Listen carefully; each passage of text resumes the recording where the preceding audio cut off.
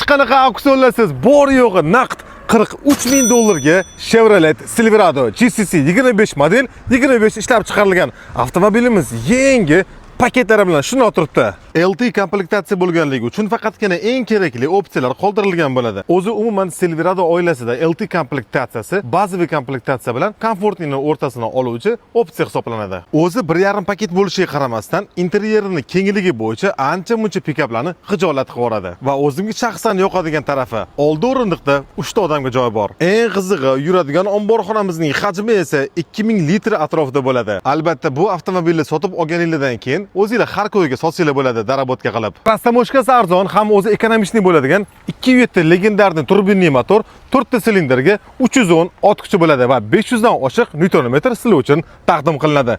Changligiga ahamiyat bermanglar. Mashina umuman yangi, hali yuvilishga ham ulgurmagan. Yana bitta o'ylab ko'ring, yetib borishi bilan 43 ming dollar bo'lsa, bojxonasi 19 ming atrofida chiqsa, qanaqa mashina beradi bunaqa pulga?